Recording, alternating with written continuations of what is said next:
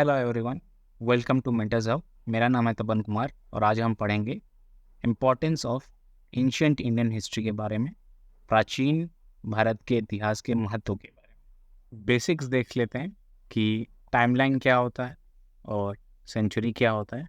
तो जैसा कि आप जानते हैं कि अभी 2024 चल रहा है, तो कभी ना कभी ज़ीरो आया होगा और ज़ीरो जो है वो एंड नहीं है वर्ल्ड का। उससे पहले भी 450 करोड़ साल हो चुके हैं अर्थ को बने हुए, तो उससे पहले भी बहुत टाइम था।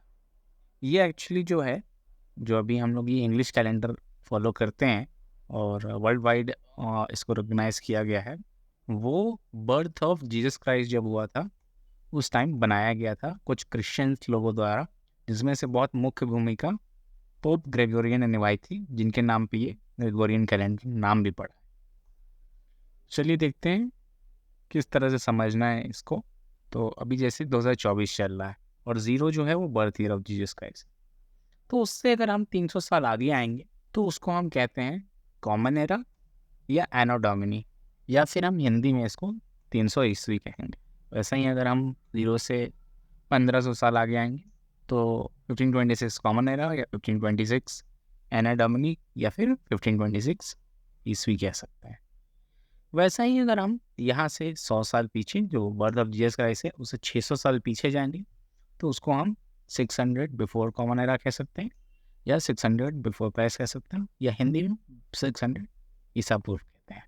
वैसे ही अगर हम 2000 साल पहले जाएंगे उसको हम 2000 बिफोर कॉमन एरा या बिफोर क्राइस्ट या फिर 2000 ईसा पूर्व कहते हैं। बिफोर कॉमन एरा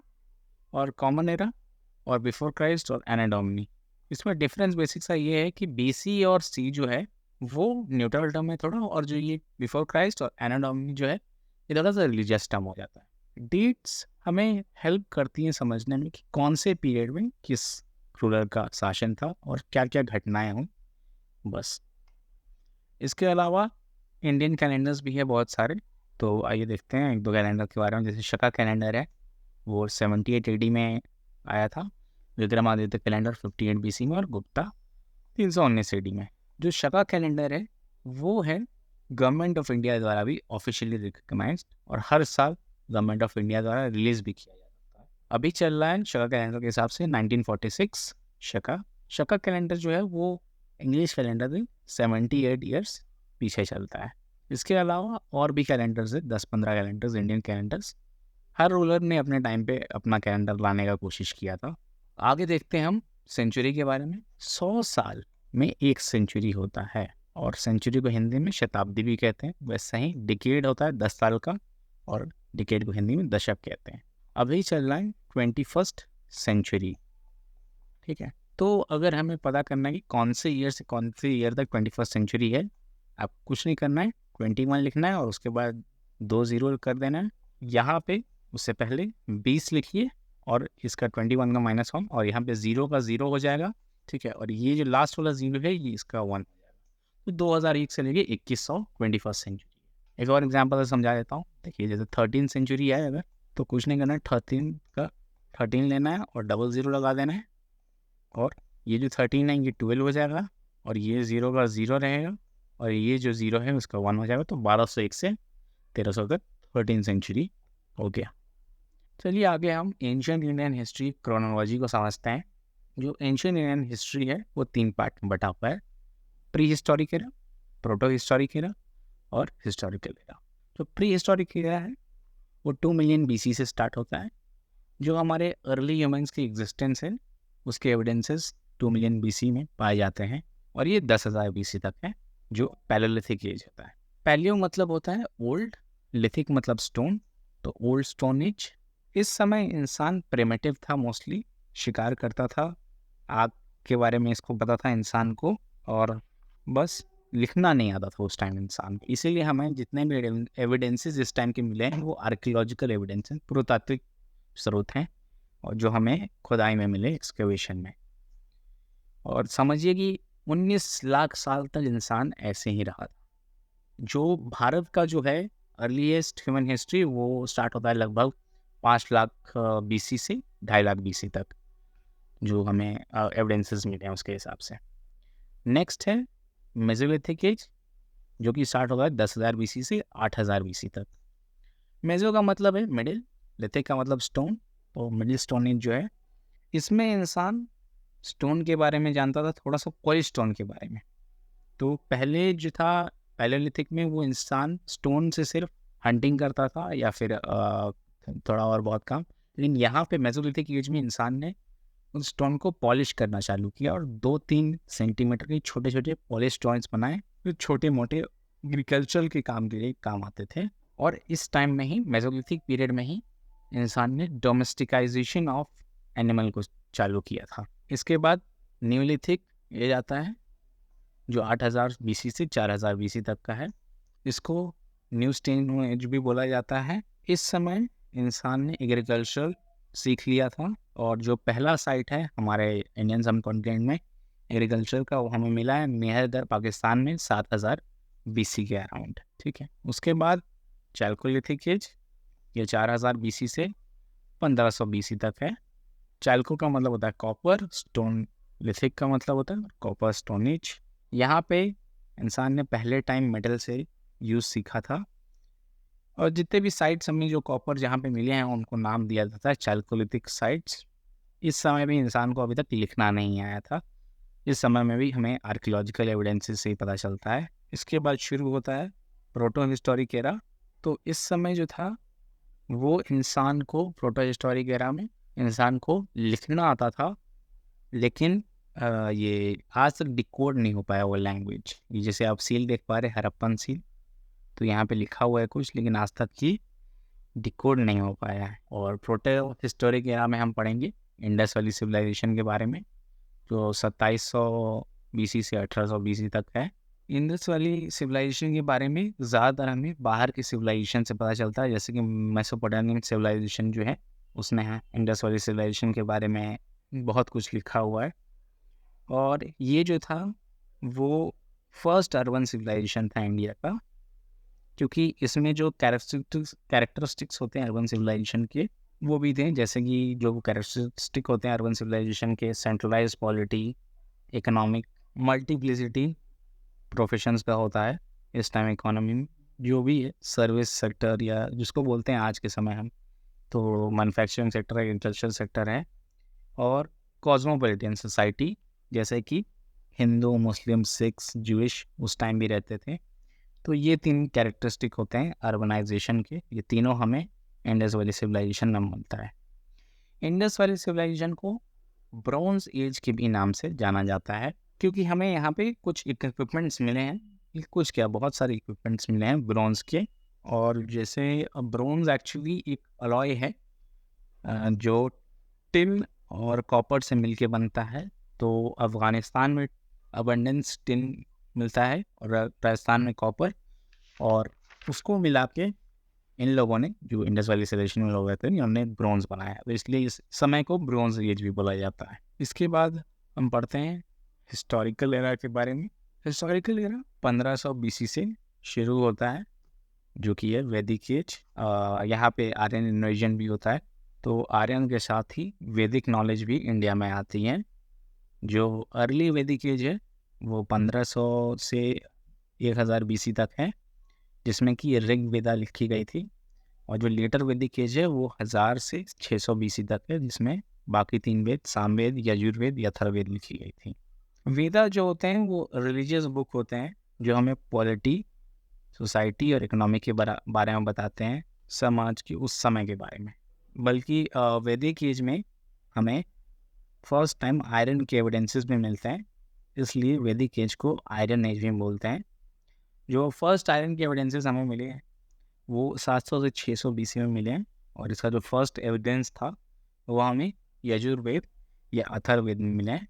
वैदिक एज से ही एक्चुअल हिस्ट्री भी शुरू होती है, क्योंकि यहाँ पे हमारे पास रिटन एविडेंसेस थे। अब देखिएगा जैसे प्री हिस्टोरिक एरा में जो है हमारे पास कोई भी रिटन एविडेंस नहीं था, डॉक्यूमेंटेशन नहीं था। हमें मोस्टली यहाँ पे आर्कियोलॉजिकल साइट्स से ही पता चलता है, आर्कियोलॉजिकल जो एविडेंसेस है उसी से ही पता चलता है। प्रोटो हिस्टोरिक एरा में भी लिखित तो है लेकिन वहाँ पे हम डिकोड नहीं कर पाए। यहाँ पे लिखित भी प्रमाण है, आर्कियोलॉजिकल प्रमाण भी, इसलिए हम इसको एक्चुअल हिस्ट्री के स्टार्टिंग बोलते हैं। इसके बाद हम देखेंगे जैसे 600 BC से महाजनपदास स्टार्ट होता है। महाजनपदास के टाइम जैसे 600 BC के टाइम जो आर्यंस होते हैं ना, वो अलग अलग क्लैन में बढ़ जाते हैं और जिसमें से बड़े बड़े किंगडम्स बनते हैं, जो 16 बिग किंगडम्स इस टाइम में बनते हैं अलग अलग आर्यन क्लैंस के। इसमें जो 16 किंगडम्स हैं उसमें से एक बहुत बड़ा किंगडम था मगध किंगडम, जिसके अंदर 4 फैमिली थी, हरक्या family, Shishunaga family, Nanda family और मौर्यन फैमिली। जो मौर्यन फैमिली है उसी में से बाद में ये जो है मौर्यन किंग्स निकल के आते हैं। जो मौर्यन एम्पायर है वो 321 BC से स्टार्ट होता है 180 BC तक। जैसे इनके जो रूलर है मौर्यन एम्पायर में वो है चंद्रगुप्त मौर्य, बिंदुसार और अशोकवर्धन मौर्य। हम लोग इस समय के जो पॉलिटी, सोसाइटी और इकोनॉमी के भी पढ़ेंगे आने वाले लेक्चर्स में। उसके बाद जब 232 BC में अशोक की मृत्यु हुई, उसके बाद मौर्यन एम्पायर का जो फॉर्चून था वो कोलैप्स हो गया और जो पॉलिटिकल इंटीग्रेशन था इंडिया का वो वापस से फ्रेगमेंटेशन हो गया। इसके बाद जैसे नॉर्थ में मगध में 2 फैमिली बनी, शुंगास और कानवास। नॉर्थ वेस्ट के साइड से फॉरेन इन्वेजन भी चालू हुए मौर्यन एम्पायर के टूटने के बाद। इंडो ग्रीक्स का इन्वेजन चालू हुआ, शकास, फिर पल्लवास, फिर कुशानास। उसके बाद साउथ में भी जो पॉलिटिकल फ्रेगमेंटेशन हो गया था, चोलास, शेरास, पांड्यास आ गए थे अलग अलग। ये सब जो डायनेस्टी है ये सिग्निफाई करते हैं जो कि इंडिया पॉलिटिकली डिसइंटीग्रेट हो चुका था। उसके बाद अल्टीमेटली 319 AD के आसपास जो चंद्रगुप्त वन थे वो थ्रोन पे बैठते हैं और गुप्ता किंगडम का स्टार्टिंग होता है। वहाँ पे हम देखेंगे चंद्रगुप्त वन के बारे में, समुद्रगुप्त के बारे में, चंद्रगुप्त टू के बारे में, कुमारगुप्त के बारे में, स्कंदगुप्त के बारे में। इस समय फिर से जो इंडिया में है वो पॉलिटिकल यूनिटी आई। जो डिसइंटीग्रेट हो चुका था इंडिया वो वापस से यूनिटी आ गई थी। 150 साल के अराउंड ये यूनिटी रही। इसके बाद फिर जब लास्ट फेज था गुप्ता किंगडम का तो फिर से पॉलिटिकल फ्रेगमेंटेशन आना चालू हो गया इंडिया में। नॉर्थ में इस्लामिक इन्वेजन भी आने लगे 1712 AD में मोहम्मद बिन कासिम के द्वारा। साउथ में भी पॉलिटिकल फ्रेगमेंटेशन था, चालुक्यास, पल्लवास आने लगे। तो ये था एंशिएंट इंडियन हिस्ट्री का रफ क्रोनोलॉजी। डिटेल में हम आगे के लेक्चर में पढ़ेंगे इन सब के बारे में। तो एक छोटा सा रिकैप फिर से कर लेते हैं। प्री हिस्टोरिक एरा जो था, यहाँ पे इंसान को लिखना नहीं आता था। हमें जितने भी एविडेंसेस मिलते हैं वो आर्कियोलॉजिकल एविडेंसेस यहाँ पे मिलते हैं। प्रोटो हिस्टोरिक एरा में इंसान को लिखना आता था लेकिन वो डिकोड नहीं कर पाए आज तक। तो ज़्यादातर हम इस टाइम में भी एविडेंसेस जो हैं वो आर्कियोलॉजिकल एविडेंसेस से हम काम चलाते हैं या किसी और सिविलाइजेशन से जो हमें इंफॉर्मेशन मिली है अपने सिविलाइजेशन। और एक्चुअल हिस्ट्री जो है वो यहाँ से एंशिएंट इंडियन हिस्ट्री 1500 BC से स्टार्ट होती है। शुरू के हम 3-4 लेक्चर्स में बहुत ही बेसिक चीज़ पढ़ेंगे हिस्ट्री के बारे में, जैसे कि इम्पोर्टेंस क्या है एंशिएंट इंडियन हिस्ट्री का। उसके बाद हिस्टोरियोग्राफी क्या होता है, क्यों किसी हिस्टोरियंस को गालियाँ पड़ती हैं। तो हिस्टोरियोग्राफी में वहाँ हम अगर पढ़ेंगे तो पता चलेगा कि क्यों कुछ हिस्टोरियंस को इंडिया में गालियाँ पड़ती हैं। और उसके बाद हम पढ़ेंगे टाइप ऑफ सोर्सेज। तो शुरू के कुछ लेक्चर्स बेसिक्स पे होंगे पूरे। बेसिक्स इसलिए भी ज़रूरी है हमें पढ़ना कि थोड़ा सा जो है फाउंडेशन डेवलप होना चाहिए कि इतिहास को किस तरह से पढ़ना है। जो हमने एक्सट्रीम थॉट्स बना रखी है, मतलब बिना बेसिक्स के जो है हम एक्सट्रीम तक पहुंच चुके हैं, तो वहाँ से थोड़ा सा वापस आना है और फाउंडेशन से पढ़ना है। तो बहुत फाउंडेशन से पढ़िएगा तो आपका नज़रिया जो है ना थोड़ा सा अलग बनेगा इतिहास को देखने का या समझने का, जो ये बिना फाउंडेशन पढ़े हुए अगर आप में से किन्हीं ने बना रखा है। तो चलिए शुरू करते हैं importance of ancient Indian history से। तो जो एंशिएंट इंडियन हिस्ट्री है वो हमें हेल्प करता है कि समझने में कि आज जो जैसे हमारा जो कल्चर है इंडिया में मेजॉरिटी का, तो वो क्या कल्चर है, मतलब कहाँ से आया, किन किन ग्रुप से आया, आर्यन से, इंडो ग्रीक से। जो हमें कल्चर मिला है वो अकेले का हमारा कल्चर नहीं है। हमारे कल्चर में बहुत सारे अलग अलग कल्चर ने एज इन मिक्स हुआ है और तब जाके आज हम देखते हैं वो जो कल्चर है कि वो बना है।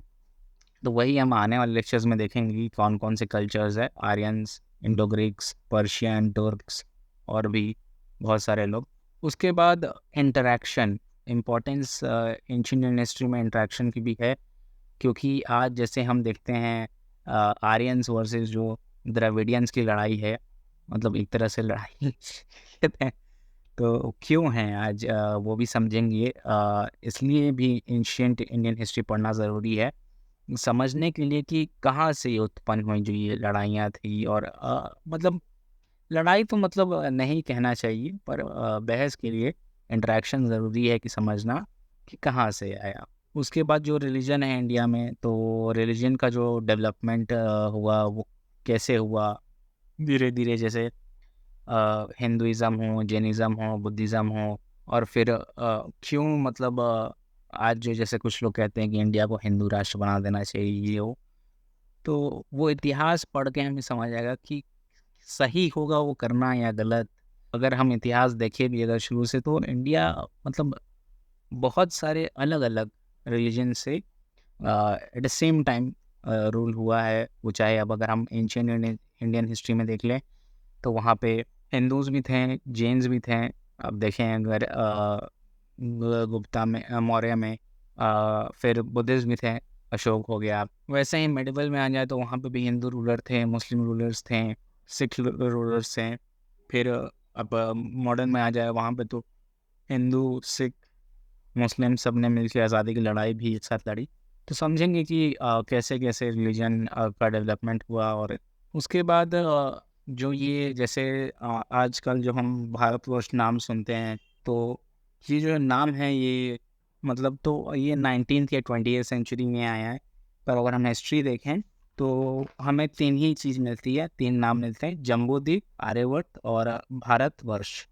तो जम्बूद्वीप जो है वो एशियन कॉन्टिनेंट को बोलते हैं, आर्यवर्त जो है वो नॉर्दर्न इंडिया को बोलते हैं, और जो भारतवर्ष है तो वो एक्चुअली काबुल से लेकर कन्याकुमारी तक को बोलते हैं। तो उसके बारे में पढ़ेंगे, वो आइडिया कहाँ से आया। और ये इसके बारे में जो है हमें वेदास में मिलते हैं सोर्सेज, और बाद में चाणक्य में भी चाणक्य के थ्रू भी मिलते हैं। ये आपको बता दूँ, पूरा जो एक भारतवर्ष है काबुल से लेकर कन्याकुमारी तक, वो राज करने वाला इकलौता राजा अशोक ही था, और इसलिए उसको चक्रवर्ती भी बोलते हैं। और कोई राजा था नहीं। वो समुद्रगुप्त पे थोड़ा सा डिबेट है, क्योंकि उसने अपने किताब में तो लिखा है लेकिन इसमें कोई आर्कियोलॉजिकल पुरातात्विक स्रोत नहीं मिलते हैं हमें। उसके बाद हम देखेंगे इम्पोर्टेंस इसमें एंशंट प्राचीन भारत में फॉरेनर सबसे बहुत ज़्यादा इम्पोर्टेंस निभाया है। वो चाहे एज इन हमारे कल्चर को इसको करने में, इवॉल्व करने में, जो इन्वेजन्स हुए अलग अलग, Greek invasion, Indo Greek, Persian और भी अलग अलग। और इसके अलावा जो फॉरेनर्स थे उन्होंने हमारे इतिहास को थोड़ा बहुत लिखा भी है। तो कुछ कुछ आप जगह देखिएगा तो हमें लिखित प्रमाण जो मिले हैं तो वहाँ से मिले हैं अच्छे, चाहे वो चाइनीज़ ट्रैवलर हो गए या कोई मोरक्कन ट्रैवलर थे या फिर अरेबियन ट्रैवलर थे, तो वहाँ से भी हेल्प मिलता है। तो वो समझने में मदद करता है उस टाइम की हिस्ट्री को। उसके बाद लैंग्वेज को भी हमें देखना है कि आज जैसे लैंग्वेज सबसे ज़्यादा डिबेट तो इंडिया में आती है लैंग्वेजेस पे ही। अभी तो देख ही रहे हैं आप, जैसे साउथ की लैंग्वेजेस कन्नड़ा और ये सब हो गए, और हिंदी के बीच जो लड़ाई है, तो हिंदी तो 17th 18th सेंचुरी की शायद भाषा है। शुरू में तो प्राकृत, पाली और संस्कृत ही थी मोस्टली। ये सब उसी फैमिली से निकले हुए भाषाएं हैं मोस्टली। तमिल्स थोड़े से हो सकता है कि ओल्डर हो सकती है, पर ये सब जो डिबेट्स है तो ये सब कैसे अराइज हुआ वो सब के बारे में भी जो एंशियंट इंडियन हिस्ट्री है वो मदद करता है हमें समझने के लिए, और हम समझेंगे भी आगे। उसके बाद ये जो महाभारत रामायण के बारे में भी देखेंगे, किस समय लिखा गया था। कास्ट सिस्टम का जो है रोल इंडियन सोसाइटी में जो आज है वो कहाँ से आया, उसके बारे में पढ़ेंगे। उसके बाद जो हिस्ट्री है वो यही है कि रेलेवेंस वही है कि हम अपने पास्ट को समझ करके प्रेजेंट में सुधार करें और वही ताकि हमारा फ्यूचर अच्छा हो। जैसा कि आपको यहाँ पे फ़ोटो दिख रही होगी, देखिए सीता स्वयंवर वही राजा रवि वर्मा, इनके बारे में पढ़िएगा थोड़ा सा। राजा रवि वर्मा जो पेंटर है, बहुत बड़े फादर और मॉडर्न इंडियन आर्ट इनको बोला जाता है। इतिहास यही इतिहास जो है वो पास्ट की अंडरस्टैंडिंग के बारे में है कि हम कहाँ से आए, हम कैसे इवोल्व हुए, हमारा कल्चर, रिलीजन, ये सब चीज़ें, ये सब चीज़ों की समझ होना, वही सब है। आपको मेरा वीडियो पसंद आया तो लाइक शेयर कीजिए। अगर कुछ आप चाहते हैं कि मैं कुछ इम्प्रूवमेंट करूँ, आपको लगता है कि इम्प्रूवमेंट करना चाहिए मुझे, तो आप कमेंट सेक्शन में बिल्कुल आप बता सकते हैं कि मुझे क्या इम्प्रूवमेंट करना चाहिए।